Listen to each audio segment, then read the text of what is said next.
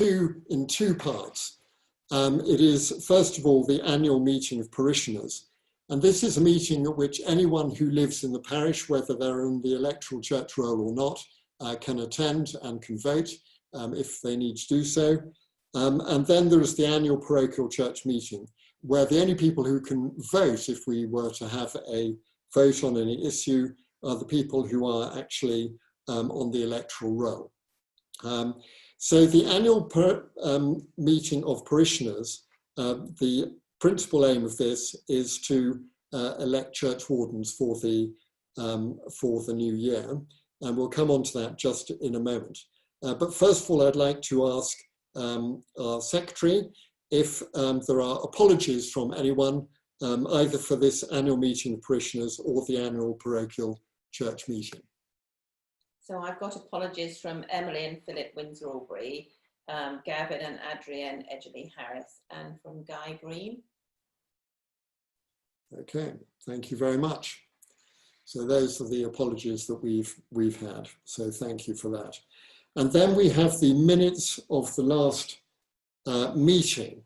Could I just ask if you could put your hand up if you have any comments to make on the minutes which have been on the website for the last annual meeting of parishioners and annual parochial church meeting.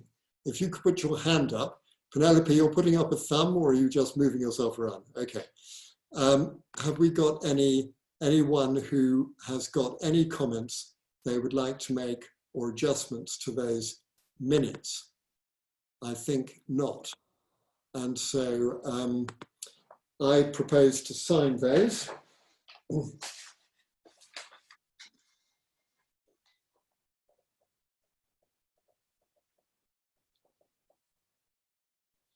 And here.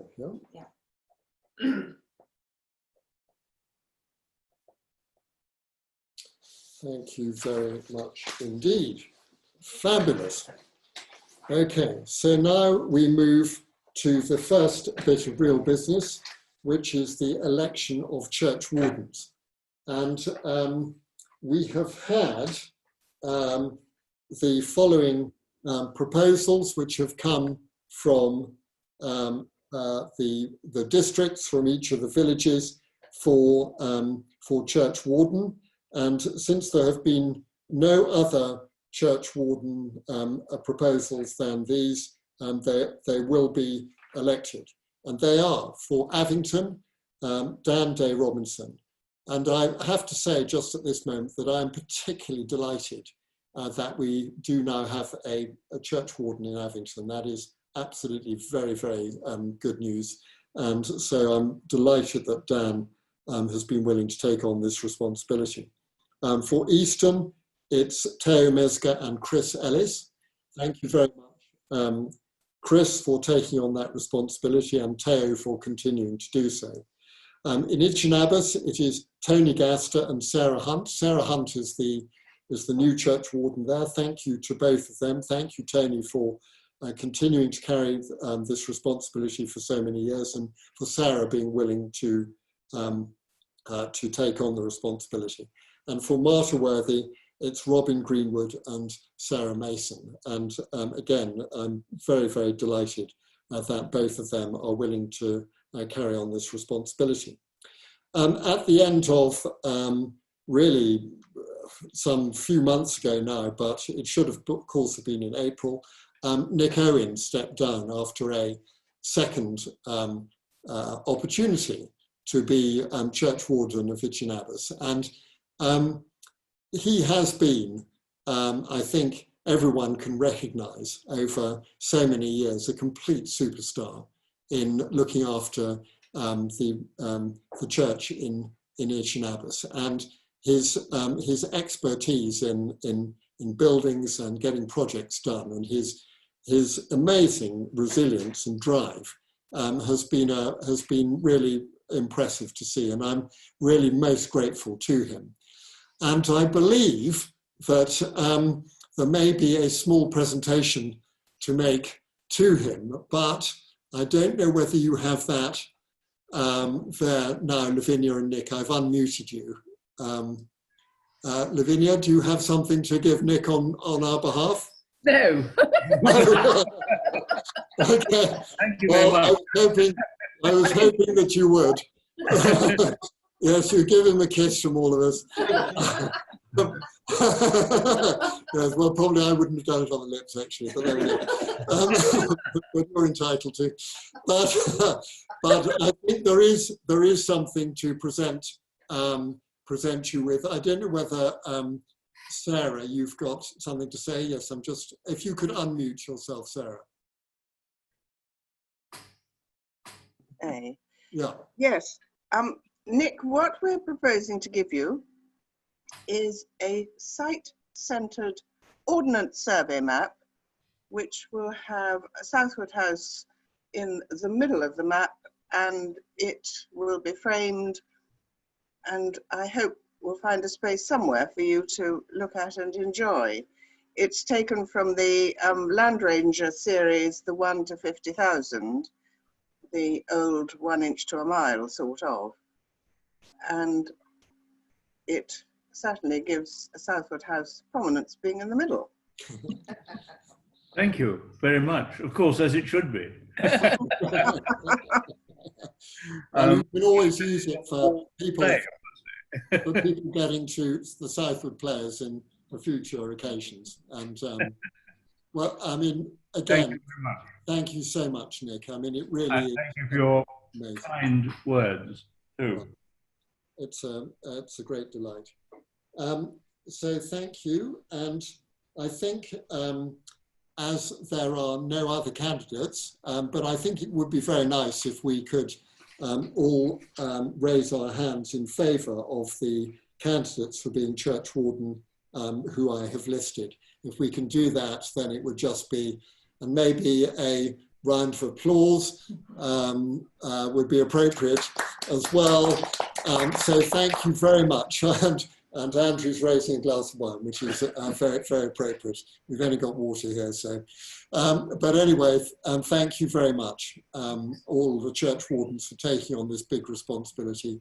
It is a huge relief and encouragement to me that you're willing to do this. And I know that we'll have a lot of fun together. So now we need to, there's a question from Teo. You need, yes, okay. I think there also ought to be a mention of Vanessa, although we have already, as a result of your generous donations, given her a picture and vouchers to the value of £250 for her new garden. I feel that an expression of gratitude to Vanessa, who has contributed an enormous amount, is also appropriate. Yes, and we will certainly record that, because Vanessa has also been an amazing church warden in Easton, and has really taken things forward and been a very sort of refreshing person to get to know. And we pray that she has a great time in her new village. Is there anyone else who would like to say anything just in relation to this first meeting of the annual meeting of parishioners? Just looking across the pictures. Don't wave your hand unless you want to say something. Okay, very good. Otherwise you will have bid for something very expensive. Okay, so now we're going to move on to the annual parochial church meeting. And I just really want to start off by saying a thank you to all of you for what you've been doing in the church over the last year, over 2019, but really also since COVID has come down. So for the first half of this year as well. It's really not easy to run a church at the best of times, but things have been particularly difficult recently due to the COVID restrictions. But all of you have spent time, a lot of you have spent money, and you've really engaged with us in your prayers. And I think the church is in a pretty healthy state, and I'll go on to talk about that when we cover the annual report.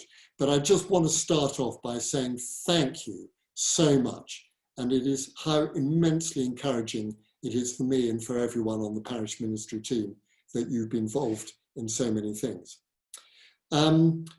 We've signed the minutes of the last meeting, and I don't think there were any matters arising. So now we're going to turn to our report on the electoral roll, to which I'm going to turn round to Becky.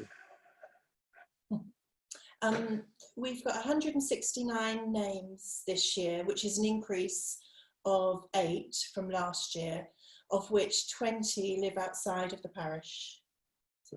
Great, thank you very much.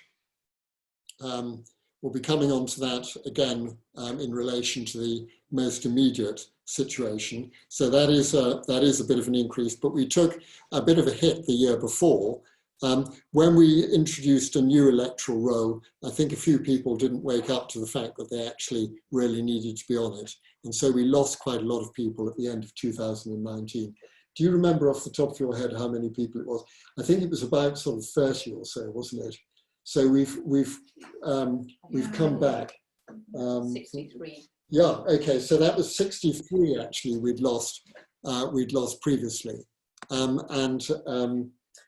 So we've come back about 16. So that's the situation there. Now I'd like to just, unless there's anything anyone wants to say about the electoral roll. No, okay. Now I'm going to come on to the annual report. Now I hope that you've all read this. I mean, it was so marvellous to be able to say so many wonderful things about Itchen Valley Parish for 2019. I mean, to be honest, I don't think the diocese could quite believe it. What an encouraging, spirit-filled, dynamic parish we are. And as I say, all of you have contributed to that. It was just 2019 was a picture of the health of a rural parish, and a number of people have said to me how very taken and amazed they were by it. And I think the point to say is that in my report, and I'm not going to go through it in great detail because I know that you've all read it. But many of the strategic priorities set out by the Diocesan Synod and the Bishop were actually hit full and square in 2019. And I know that you're a bit bored with these expressions, but they are nevertheless the criteria by which we are evaluated by the diocese. And the expressions growing authentic disciples, reimagining the church, being agents of social transformation, and stewardship and generous giving. We were able to say some really positive things about what we've done in 2009 in the report. And indeed, when Bishop David came to see me, he said, well, this is all looking pretty good, isn't it? So that was his comment on that, which was precisely why I sent it to him, of course. So, you know, but again, it wouldn't be, we wouldn't be in this situation of having had such a positive report if it hadn't been for everything that all of you have been doing. And I think the point to make about that is that I have mentioned to a lot of you, and particularly to those on the PCC and the Standing Committee and the Parish Ministry team, that they do have plans within the diocese for a major redeployment exercise of clergy focused upon local market towns. And this is the plan for the future. They want to put more clergy they already wanted to put more clergy into the cities than into the countryside. And so deanery by deanery, they've been looking at where they might make savings of clergy going forward. And the situation here really is that Bishop David certainly said to me, and the rural dean confirmed it to me, that there are no plans at the moment to change the current plans which we have in Itchen Valley for the foreseeable future. And so I think that is extremely, extremely good news. Without wishing to set a little bit of a dampener on things, I think it is worth making the point that because of the extraordinary situation that we're in, they are also saying that they have no idea where we're going to be in even three years' time or 5 years' time. They've absolutely no idea. And so it really, they have had a huge loss in income. They've lost, I think they've got a deficit of about 2 million. And parishes like us, which are covering our Common Mission Fund, and Rolls will say something about that shortly, are in, welcomed and are very, they're very pleased to have us, basically. But so that's really all I wanted to say about the my bit of the annual report. You've read everything, but I think now's an opportunity, if you'd like to raise any questions on the annual report, to do so. So could you put your hand up, and I will unmute you or ask you to unmute. John Barber, was that? No, he's just waving his hand around. He's bought a very expensive picture. Anyone else would like to ask anyone else would like to raise a question? Was Teo's raising a question? Okay, so Teo, could you unmute, please? Oh yes, you've unmuted. Yes, I have a sense of frustration that our rector is far too modest.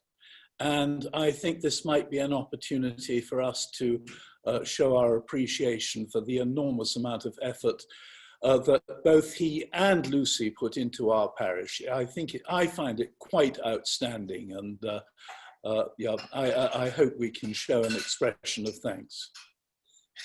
Thank you very much. Well, as they say about being, what was it they said about someone, a minister who was being very modest, that he had a lot to be modest about. so I think that's how I feel about it. Any other comments or thoughts or questions which any of us have on the annual report? No. Okay, well that's fabulous. So we can move on to roles and the financial statement. Okay. Okay, with one twist of the hand, here I am. So thank you very much, Alex. This is my second APCM, and I'd just like to start by reminding you of the headlines of what I said last year. You may recall that 2018 was an exceptional year financially for the parish. We had a surplus on our general fund of £26,000. We had gained a legacy for the benefit of the fabric of the churches of £42,000. So our overall increase in funds that year was £63,000, resulting in total overall funds at the beginning of 2019 of £276,000. So I was in a very good position to be able to tell a good story. And as a finance man, it's always easier telling the story when the news is good. So moving on to 2019, I would say it's been what I would call more of a normal year. For those of you who didn't get to page 30 of the annual report, you can look at the statement of financial activities, which has the detailed numbers I'm going to talk about. So looking at 2019, just the headlines, the general fund showed a small deficit of £5,000 for the year. Our restricted and designated funds showed an operational deficit of £17,000, but our overall reserves only fell 14 to 262,000, thanks to the gains of 8,000 on our investments.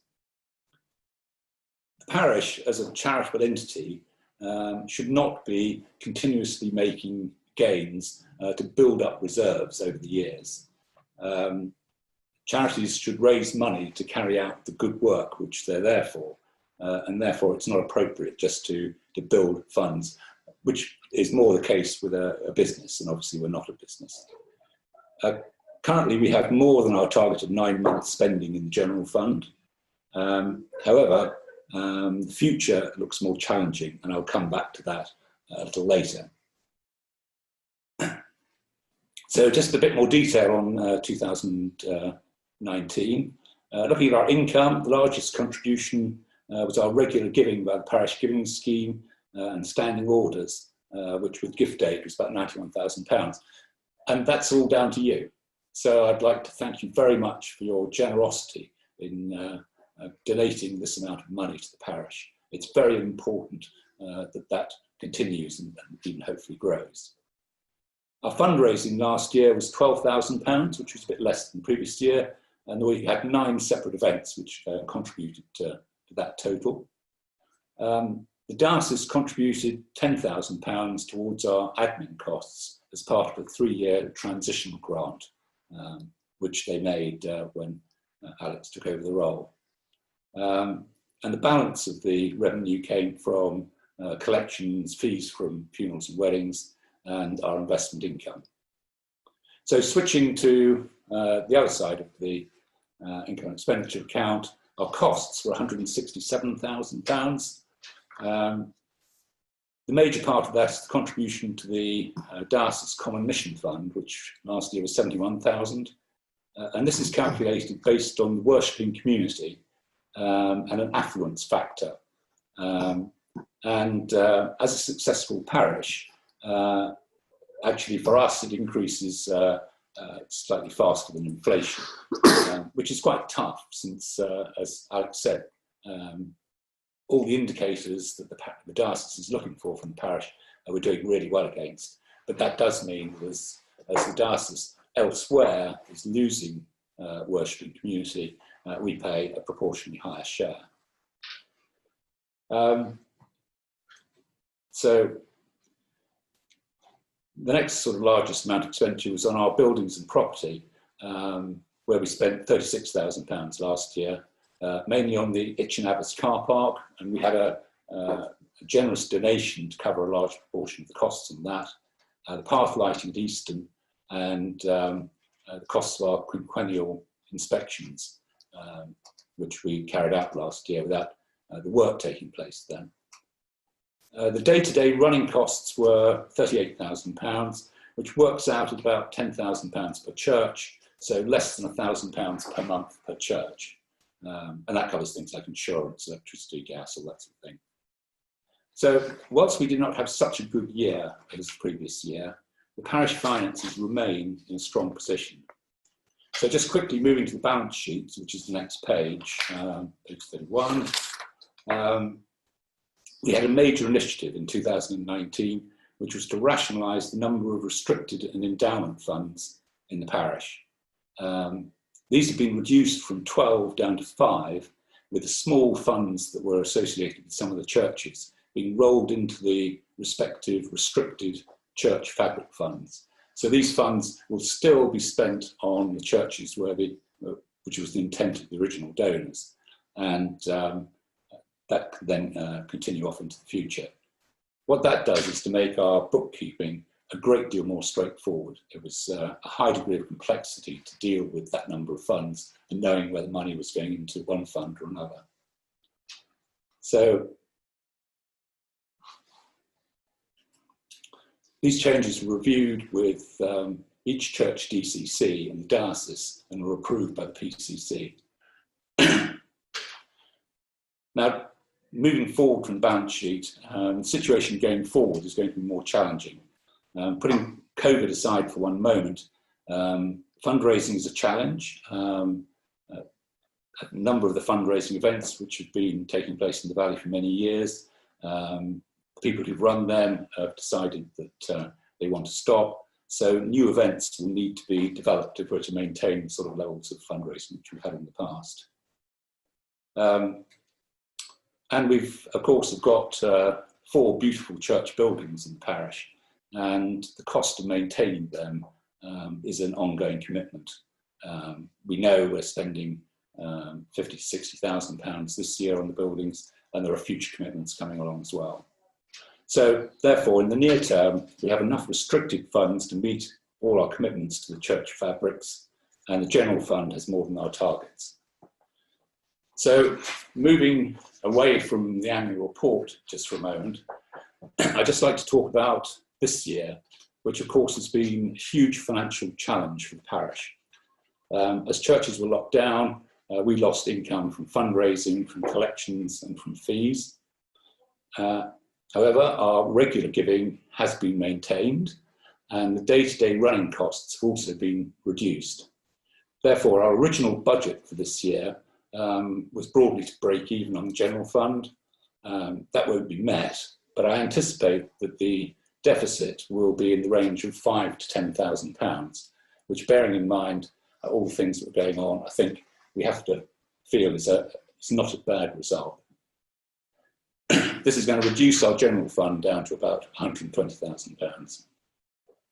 On the church fabric work, this has continued during very difficult circumstances this year, with Martleworthy having a major project and spending in excess of £40,000 as a result of their quinquennial survey.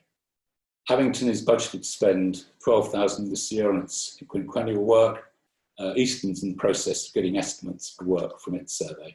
So this is all quite expensive activity that keeps on coming. All this expenditure, as I said before, can be covered by the respective fabric funds, the Weir Fund, which is the legacy we received in 2018, and a contribution from the Friends of St Swithin's. So again, our financial position is pretty strong. And again, as Alex said, we have managed to meet all our commitments with respect to the Common Mission Fund, and we've paid that absolutely on time every month as we committed to before all this happened. So finally, what I'd like to do is to just thank a number of people. During 2019, Madeline Quist-Bretson stood down as bookkeeper after doing the job for 4 years, and she did a great job, and she's moved on to a greater commitment on her working time, so had to back out from helping us.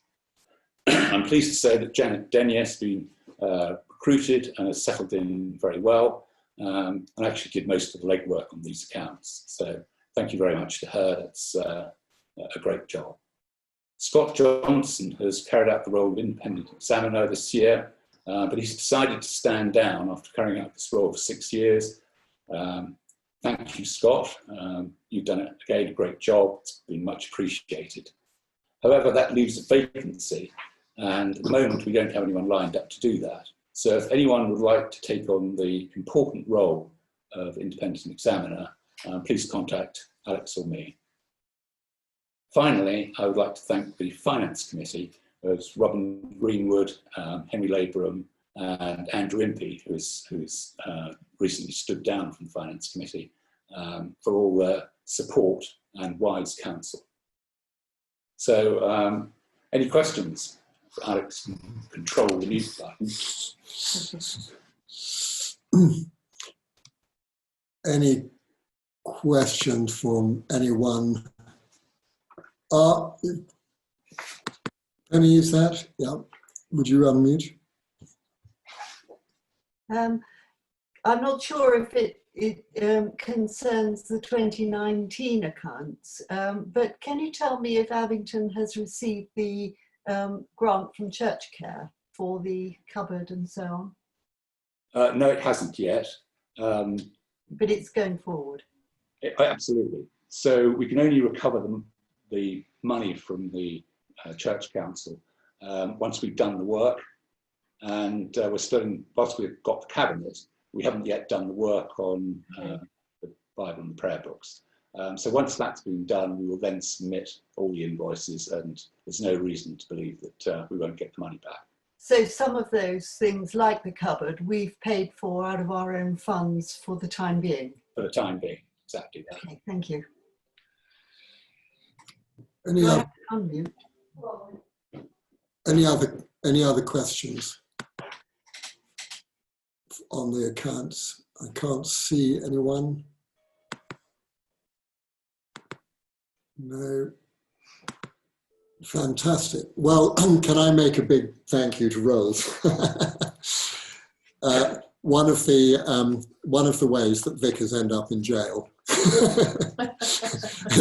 is when they don't manage the finances properly, and it is a huge personal relief to me that you've been running this so well for the last 2 years, and I'm really very grateful. And thank you very much indeed. Yes, and a round of applause for everyone. Thank you very, very much indeed. And I feel I should just say to my wife that something's on fire in the, in the oven. but anyway, Lulu. I think this. Yeah, okay, very good. Sorry, sorry everyone. This is the life on Zoom. Anyway. So where have we got to? So we're New Synod reps. Okay, very good. So thank you for that. So now we move on to okay, we move as the smoke fills our kitchen. we move on to the election of parish representatives to Deanery Synod. So we have got currently the following candidates, and this is going to be for a 3-year term. And at the moment, we've got a candidate for Avington of Tim Clapp, Easton Teo Mesga, Julia Wright for Abbas, and Jerry Stacey for Martha Worthy. Do we have any, do we need to have them proposed and seconded? I don't think so. No. So do we have any other candidates, or are we happy to pass those candidates? We should have, I think, probably, unless Penelope is trying to vote herself in. I'm not sure about that. Yes, okay. Very, very good. So the fire brigade will be coming here very shortly, I think. The smoke alarm may well go off. So could you please open the doors, darling? Thank you very much. Okay. Okay, so we weren't expecting that this evening. Okay, so now we're going to move on to the PCC reps for each village and their alternates. And the candidates that we have are for Avington, Helen Wayne, for Easton, Sarah Jansen, with the alternate of Phoebe Culshaw,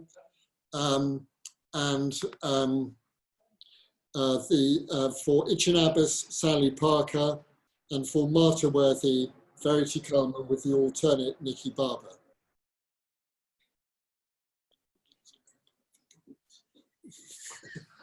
Sorry. Okay, do we have any comments on the on that from anyone? This is very amusing this end, but probably less amusing your end, so apologies for that. If you can smell anything, we've got a serious problem. Okay, sides people. So this, I'm going to turn over the list to Verity, who will read out the names of the proposed sides people. Okay, these are the people who've volunteered to be sides people for the different churches. For Avington, Helen Wayne and Penny Russell. For Easton, David Anderson, Judy Bishop, Jill Croft, Sarah Jansen, Penelope Kelly, Sue Kennedy, Judith Mesga and David Swinstead. For Abbas, Charlotte Appleby, Patrick Appleby, Richard Hunt, Sally Parker and Toby Stubbs, sorry.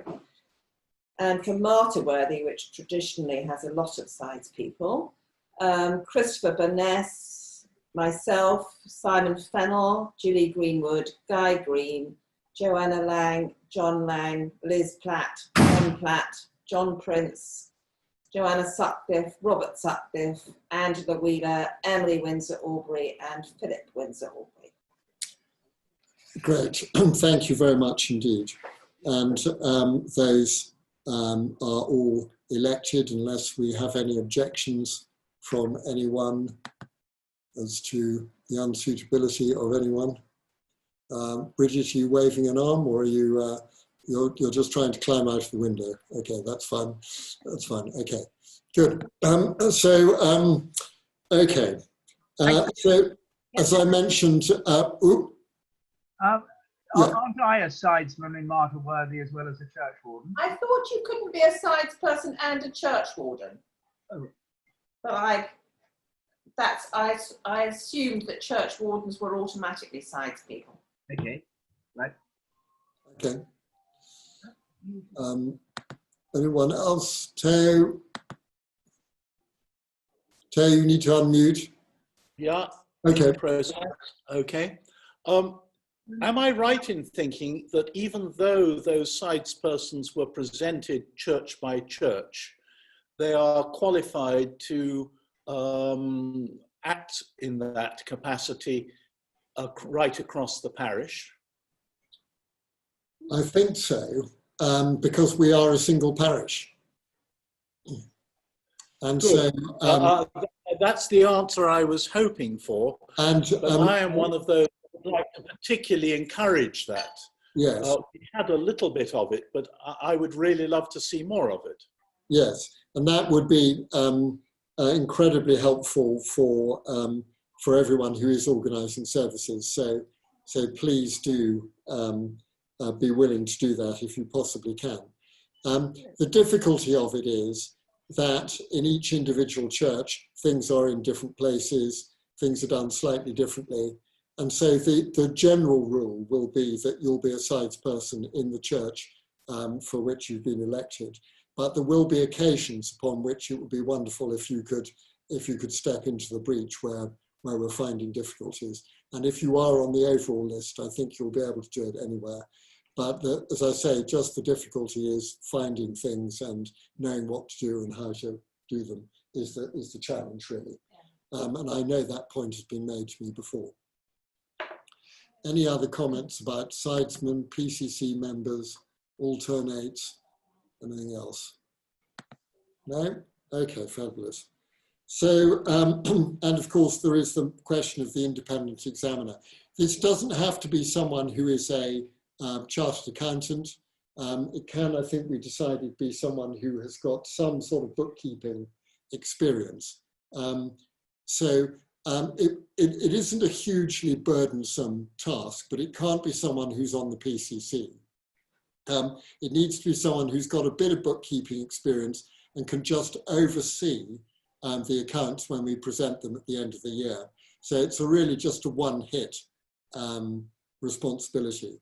And if you do know of anyone who might be encouraged into taking that role, it would be wonderful if you could mention that to me. I am proposing to put out an announcement on the church website about this in due course, but I think it would be very helpful if anyone would be willing to take this role. Okay, they don't have to all speak at once, just at the moment. Okay, so I'm now going to move on to my little presentation, and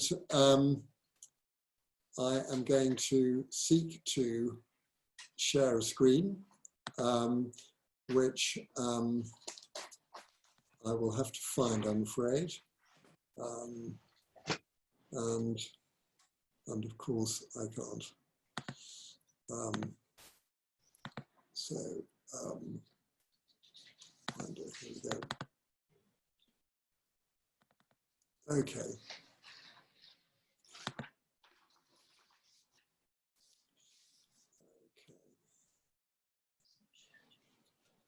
It's not shared yet, okay.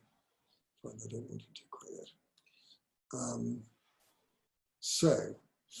Okay, so last year, my speech at the APCM, I mentioned the challenges which we face as a church nationally. I mentioned that I thought that if we took 4 steps in particular, we stood a chance of weathering the storm. Firstly, by being good at what is regulated. Secondly, by paying our contribution to the Common Mission Fund in full and on time. Thirdly, by good public relations. And fourthly, by the church growing and growing significantly. I have to report that we have had a good year, as you will have seen from the annual report, so far as the first three of these objectives is concerned. And I really appreciate... Sorry, it's not. Oh, sorry. Sorry, I thought...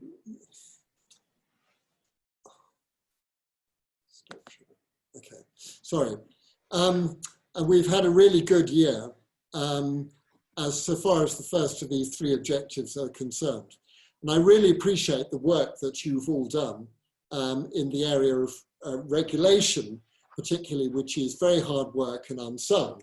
And particularly, I want to thank Sarah Hunt and her team for safeguarding, David Parker and his team for health and safety, and Jerry Stacey and Becky in relation to data protection. Now, of course, with COVID-19, Sarah Mason and her committee are managing that. And it's just fantastic. And I'm so grateful for you doing this and taking this responsibility. We've also paid our contribution to the Common Mission Fund on time and in full. And thank you so much to all of you who've donated, and to Rolls Coleman and his team for keeping the ship afloat so successfully. And you very kindly restrained yourselves from writing stroppy emails to the bishops. And we've maintained good public relations through the use of our website and in communications we've had with the diocese. Thank you so much. Please write the stroppy emails to me if you feel the need. And then I'll know how you're feeling. Don't sort of hold back on that, but it's best not to the diocese probably. And indeed, the plans for deployment, as I mentioned before, which the diocese is making for our deanery, there's currently no suggestion that they want to make any changes to what's been agreed here, which is very good news. Nevertheless, we can't stand still, and we now need to come on to the question of the growing of the church. And every year we put into figures both to the diocese and the church nationally what we call our worshipping community members. And these are people who attend at least once a month regularly. And Robin Greenwood with the church wardens has led this process, and I'd like to thank him particularly for the hard work that he's done on this. And these are very important figures because they also set our Common Mission Fund contribution. It's so important, however, that we do have a detailed view of who's within the calculations for the regular attendees. And for this year, for the first time, Becky's been running a spreadsheet to provide a basis for these calculations. And by this, I can tell who may once have been a regular worshipper and who's not any longer. And if I know that, then I can, of course, follow up and find out why they're no longer attending, and to understand whether it's something that we've done or failed to do, which means that they've preferred to go to another church, or perhaps are no longer attending church. And we can tweak what we do accordingly with our limited resources. Unfortunately, this year, our overall numbers were a little down, 2019, from 122 rather than 123 in the two previous years. Although we are still ahead of our rolling average numbers over 4 years. The numbers are small, but are heavily affected by deaths or people moving away. And if, for example, 6 people who are regular worshippers die or move away, then we only grow year on year when we've encouraged over 6 people to join us and worship with us for once a month. And this is actually really quite a challenge. So it's always on a knife edge if we're actually growing or not. And of course, the effect of COVID has been really, really severe on these numbers. And we've been comparing, Becky and I have been comparing our worshipping community numbers from 2019 with those who actually attend our regular Zoom or other services at least once a month. And we may have lost as many as 35 people from our attendance. And I understand that, you know, I do understand that. Zoom's a nightmare. You know, attending church wearing a mask and not singing is dreadful. You know, it's really, really difficult times. But the danger is that we get out of the habit of attending church altogether. And I feel that I am a bit concerned for those 35 who are would-be regular churchgoers, that they're not with us in some sort of way, because I am concerned that they're not hearing the gospel in the way that they would normally do. And this may have an effect on their lives as time goes past.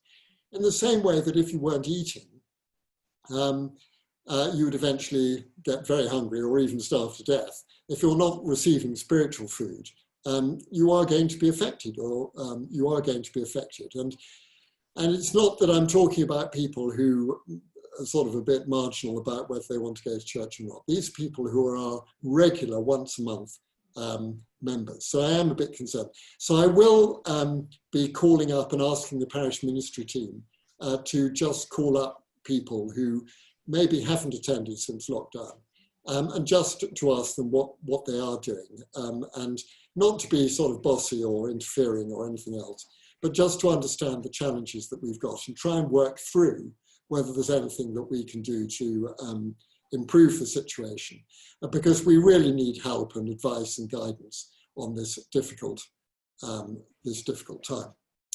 So now this is where I want to actually share the screen, and I hope that I can do that. Am I doing this at the moment? Not yet. Okay. And I get up to green. I no longer have the opportunity to do that for some reason. Okay, so I don't know where that has gone. Anyway, never mind. We don't need the screen. So the general principle of growing churches, we need to have this consciousness about growing churches. And the general principle is that a church which intends to grow tends to grow. A church which intends to grow tends to grow. And the Church of England has told us that there are these few characteristics of churches which grow. One is that it's churches which grow have a clear sense of mission and purpose. They have a clear sense of mission and purpose. They actively engage with the local context. They actively engage with the local context. They're willing to change and adapt. They're willing to change and adapt. They have a welcoming culture. They have a welcoming culture. They are innovating, envisaging, and motivating. Innovating, envisaging, and motivating. They have lay people as well as clergy in leadership. And they nurture, they engage with children and young people. They engage with children and young people. They nurture disciples. Now, I would like to put a tick against the clear sense of mission and purpose. They actively engage with local context. They're willing to change and adapt, being a welcoming culture, being innovating, envisaging, and motivating. They lay people in leadership, fantastic, engaging with children and young people. All of those things, I think, we are really good at. And that is why I have a sense that we are a growing church. But I want to talk a little bit this evening just about this issue of nurturing disciples, and particularly the role of lay people in leadership of the church. And I think these are two related issues. I would have said, if we'd had the APCM in April, that 2020 is going to be the year of empowerment. And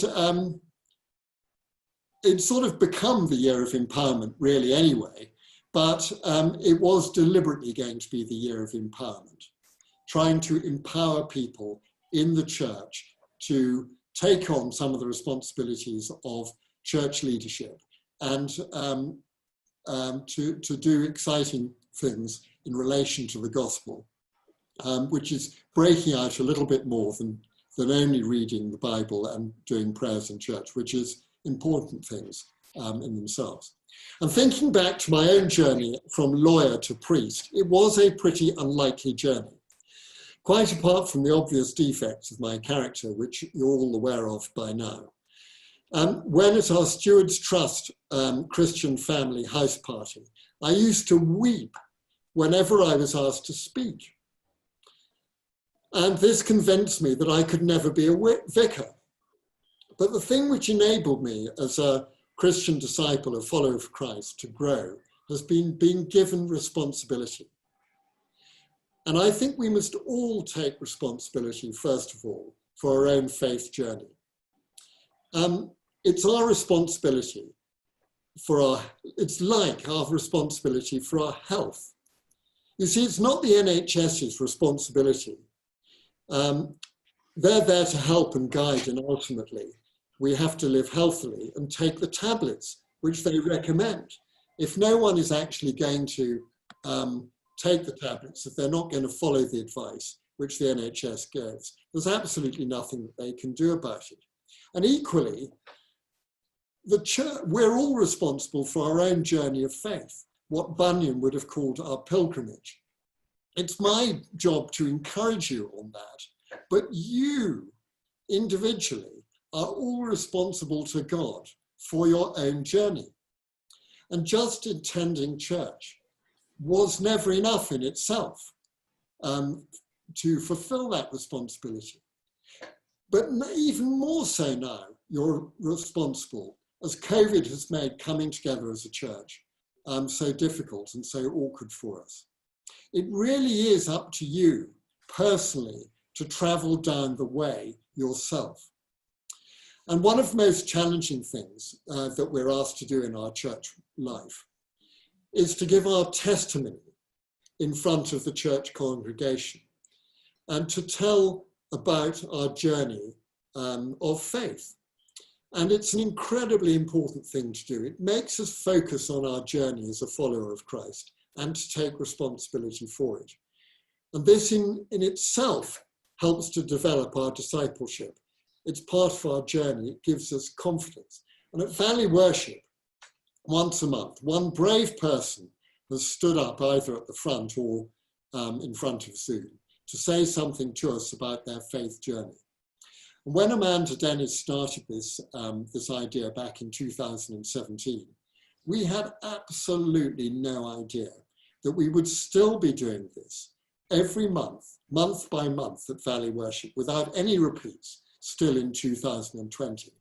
And so I would like to thank you for the bravery of all of those who've been willing to step forward to do so. And if you haven't done so yet, please do let me know if you're willing to do so that we can hear from you at a Valley Worship in the future. It's something which helps us actually to ask ourselves what our journey of faith is, focuses us on that exercise, but it also enables us to share something of ourselves with the rest of the church congregation, which I believe really brings us together. Is an important thing to do. So in addition to sharing our testimony, for some, the journey of discipleship involves taking responsibility in certain areas of leading our corporate worship and mission initiatives and being allowed to exercise it, being gently guided, but not micromanaged. And so this is so important for volunteers that they're not micromanaged, and clergy so easily forget it. But I can remember myself being micromanaged in the previous parish that I was in, and it's very discouraging. And so I don't propose to do that with anyone in our parish ministry team. So once I've discerned with the Holy Spirit's help where people are on their journey of faith and when is the right time for particular individuals, I need to be able to let them get on with it basically, with only gentle guidance. And in this way, so Lucy and I find that being given responsibility for leading the marriage course in Kilmerston for 5 years under the clergy there was a natural precursor to going further on our journey of discipleship on our own pilgrimage. And in my own case, involved getting ordained. So we need to provide opportunities here in Itchen Valley for parishioners who I discern are at the right stage to help and lead and encourage our corporate discipleship journey. And the BCM course, the Bishop's Commission for Mission, enables people who are already followers of Christ to grow in discipleship as they take increasing responsibility for what the church does, the services and courses that we lead, and our impact on the community. And we started off with our pioneer, Lavinia Owen. There you are, Lavinia, I can see you. Doing the BCM for pastoral care. And now we've got 4 additional BCMs, Tim Clapp, James Gregg, Julia Wright, all who've completed the BCM in leading worship, and Lucy Pease, who's completed the BCM in discipleship. And they now form with Jerry Stacey, our LLM, and I, the parish ministry team. By the end of 2020, we will, I hope, have 4 additional BCMs, Nikki and John Barber, Dan Day Robinson, and Simon Fennell, who will also then join the parish ministry team, which is like the executive branch of the parish, the PCC being the legislature.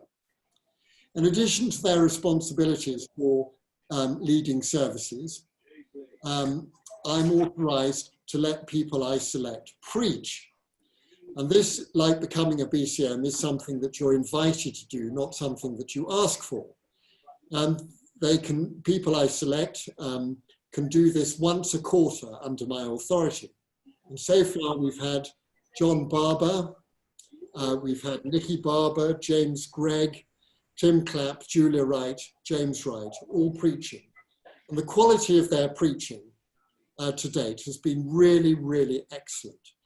They've joined Jerry and I in the Itchen Valley Parish College of Preachers.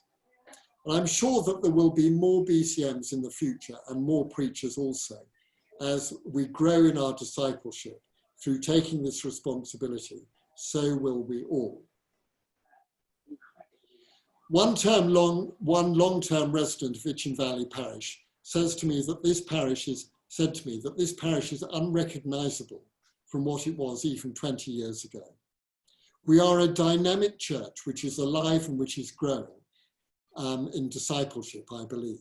And despite all the challenges that 2020 has presented to us, the pandemic, the lockdown, the economic challenges, I believe that we are a strong church which will continue to worship God in this place and care for people in the Itchen Valley for the foreseeable future. I believe that the Lord has his hand on this place, on our lives, and that he intends to do great things here. It's been a real privilege leading this church this year, and Lucy and I thank you so much for the immense support which so many people have given us over the year, which has enabled us to be the spiritual heart of our community. Thank you. I feel I should say amen, but so is there anyone who would like to raise any questions or make any comments on anything that I've said in that presentation, which I will put in due course on the website? Any hands want to go up? Stunned silence. Okay, very good. Good. So I think we're coming to the end of our meeting, unless anyone has anything else which they'd like to bring up.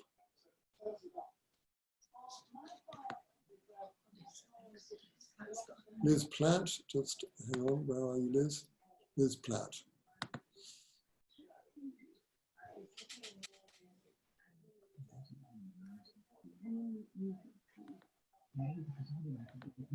Yes, Liz, go ahead. I just wanted to thank Becky, because whenever I contact her, she's unfailingly cheerful and polite and helpful, and she's a great addition, I think, to the parish. Yeah. Well, thank you. Yeah. Yes, round of applause for Becky. Very good. Anyone else like to add anything? Let's see anyone else with their hand up. Okay. So, Jerry, would you like to close us in a prayer, and then we'll draw the meeting to an end? Yes, certainly. Yep. Lucy. Thank you, Alex. Lord, as we reflect on what we've heard tonight, we thank you for putting all these people forward to help your mission in the valley. It's just such incredibly good news that we have so many people who have your wishes at heart, that they wish to come forward and help us in our mission in the Itchen Valley. And we ask you to bless them and everybody who supports them and help them in moving forward in furthering your work. And we thank you for bringing us together tonight and helping us all to work together in your name. Amen. Amen. Well, thank you very much, everyone. And the PCC, thank you, Secretary. The PCC would need to remain for our first PCC meeting. But if everyone else would like to go, you'll be able to see a recording probably of this this meeting online, and certainly my long talk and perhaps even my slides in due course. Thank you very much, everyone.